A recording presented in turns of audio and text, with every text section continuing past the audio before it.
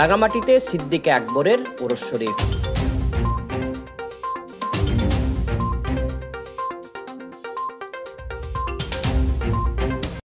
ইসলামের প্রথম খলিফা হযরত আবু বকর সিদ্দিক রাদিয়াল্লাহু তাআলা আনহুর ওফাত দিবস উপলক্ষে ওরস শরীফ সম্পন্ন হয়েছে।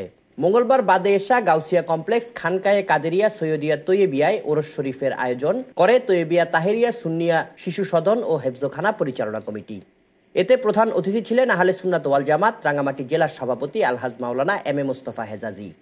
তৈয়বিয়া তাহেরিয়া সুন্নিয়া শিশু সদন ও হেফজখানা পরিচালনা কমিটির সভাপতি হাজী জানে আলম সওদাগরের সভাপতিত্বে এতে উপস্থিত ছিলেন শান্তিনগর জামে মসজিদের খতিব মাওলানা শফিউল আলম আল কাদেরী, তৈয়বিয়া আইডিয়াল স্কুলের অধ্যক্ষ আলহাজ মাওলানা মোহাম্মদ আখতার হোসেন চৌধুরী, জেলা গাউসিয়া কমিটির সাবেক সভাপতি আব্দুল হালিম ভোলা সওদাগর, সাবেক সাধারণ সম্পাদক আবু জাফর সওদাগর, তাহেরিয়া মুজাম্মেল হক সুন্নিয়া মাদ্রাসা পরিচালনা কমিটির সাধারণ সম্পাদক ইয়াসিন রানা সোহেল, তৈয়বিয়া আইডিয়াল স্কুলের উপাধ্যক্ষ মোহাম্মদ মনসুর আলী, খানকার তত্ত্বাবধায়ক মাওলানা মোহাম্মদ মফিজউদ্দিন সহ আশেক রাসূলগণ উপস্থিত ছিলেন।